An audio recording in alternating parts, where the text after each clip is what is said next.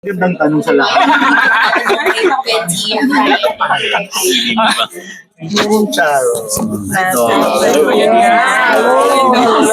So, May pressure po sa apat. Exciting to, itong table na to. May mga ano na pag-usapan. Okay. Tama ba ito? Am I holding? yes, ma'am. Okay. Hi, Natalie. Doon, ikaw na mauna.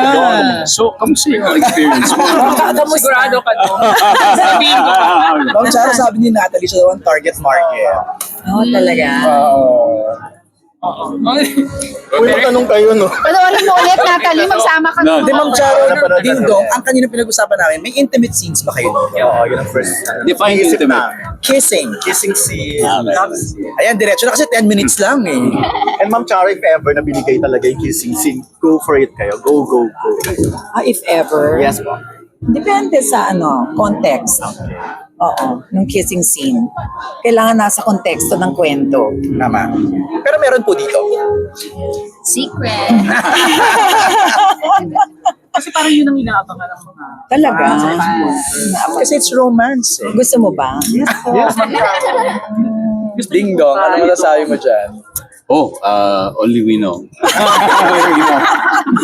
talagang pa-surprise. Surprise. Pagkatapos siguro mag-usap tayo ulit pag napanood. Hindi, ganun yun. Napanood na ni Natalie. Diba, no? Kinuwento na nga. Charot. May pinirma kami. Pirma kami, May spoiler. Pero before this movie, ano yung impression nyo muna sa isa't isa? And then during the filming, nagbago ba yung tingin nyo sa isa't isa? Ako, ang impression ko sa kanya is he's being a very good actor. Kasi hindi ko naman siya nakasama ever, di ba? So, nasa ABS ako, nasa GMA siya.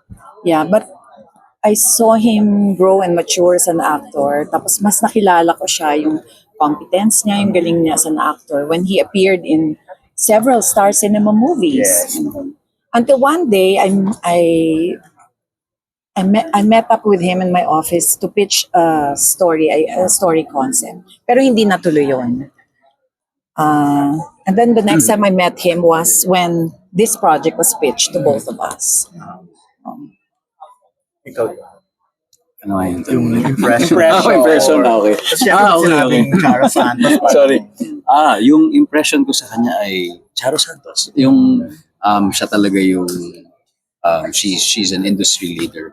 A woman behind the success of a great media company, and also the woman behind the success of even the talents, diba? Great talents and great actors. So inamin ko rin naman sa kanya na may konting takot nung umpisa kasi parang syempre sabi ko, it was like walking into the audition of my life na parang kailangan sana pumasa sa kanya yung kung ano yung ano yung ibibigay ko dito sa role na to at character na to. But again, ito ay mga initial na impression. Lahat naman tayo may ganun. Pero to my surprise, and ito, I was pleasantly surprised kasi hindi niya pinayagang mangyari yung ganong klaseng yung para ma-intimidate or may ganong klaseng fear kasi she really allowed me to be myself and to explore the role na walang hesitation. So talagang in-encourage niya ako. I always say that her presence is very calming and compelling. Pero never to the point na tuturuan siya kung paano gagawin ito. Walang ganun. Kaya talagang nagawa ko yung kailangan kong gawin. And for that, I'm very, very grateful. So anong feeling na nagkaroon ka ng chance na magkaroon ng intimate scene with Ma'am Charo? Intimate, like for example, yung poster, medyo intimate yung dating. Yeah, yun nga. Yun kaya tinawag ko ang definition ng intimacy. Maraming Katitigan moment Oo. and yung dancing. Ma'am Charo. Yung mga ganon eh. Talagang ha? So parang gano'n. You're Like, taking note. Tanong namin kay Direk kung gaano katindi Yeah. yung intimacy na inabot. yeah, like what I said, sabi nga niya na, so hinayaan niya yung space na maging safe for everybody. Okay. Si Direk. Just do what you want, di ba? Gawin niya yung mga rules yun ng tama. At we will have fun. So yun ang nangyari. We just became ourselves. I mean, as Betty and Ryan. At nagawa namin siya ng komportable. Direk, gaano ka-importante? Yung Intimate scene. intimate scenes. Kahit wala kasi nasabi, Kahit wala kasi nasabi. Inassume talaga na. Meron ditong hubaran Ay, okay. ng kaluluwa. Galing po, Importante yun. Importante yun. Direct saan kayo na-challenge sa movie nito? Personality ng lalaki or Mm-mm. Oo, syempre yung hindi lang pinapahalata, syempre yung mga ganon, no, bawalin sabihin na ano ka, parang ganon. Pero syempre parang tama ba? I mean, i-judge ba nila ako pag ganito yung sinabi ko? Parang marunong ba talaga akong mag-direct ng ganyang kalibreng mga artista? Yung mga ganon. So maraming takot. More on takot kung tama ba yung ginagawa ko. Parang ganon. So, ang pinanghawakan ko na lang, syempre, their professionalism and their caliber, yung experiences nila as actors, and of course the material. Parang mas dun kasi ako nasa ano. Basta meron akong magandang kwento, okay na ako, parang gano'n dapat. So dun ako kumuha ng tapang. so wala ka naman natanggap na ano, parang year ay Pero they're very collaborative po. So marami po silang ano. May mga nakuha ko from them. May mga dear eye rin sila. talaga. Pero ano na yan, text, phone call. At saka syempre malumanay pa rin if Opo. ever. Malumanay. Very sweet pa rin. Very sweet, very sweet. Gusto ko lang idagdag Yes, ma'am. na I think there was a lot of trust and respect for each other. Oo, that's why, and we also trusted the process. Parang, we just let go. We knew we were doing a great story. Oo, ganun. Ma'am Charo, dun sa scene na yon, parang umiinom si Ding Dong, no, si Ryan. Did you have to drink also?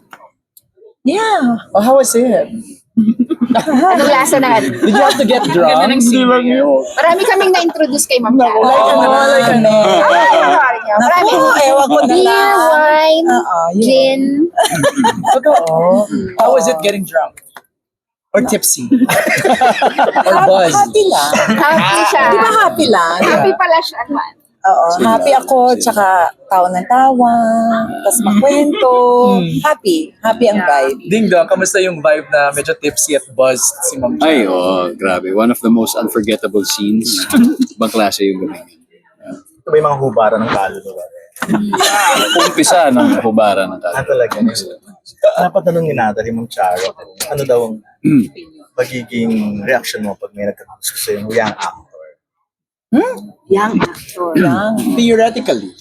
Theoretical. Or hypothetically, I'm sorry. Hypothetically. Okay. Ano naman Or magagawa na-experience ko? niyo na po yun. Hindi ko alam eh. Hindi sinasabi sa Hindi iyo. sinasabi. Baka natakot. Baka natakot na naman. Pero, Oh my God. Pero ano opinion niya sa ano? Sa mga ganun. Ha? Kasi yung mga maybe some younger na.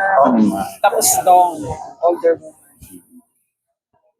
Kung ano rong Opinion. opinion and reaction niyo sa mga ganung relationship. You're asking me? Yes. That Hindi, was my... younger. Okay.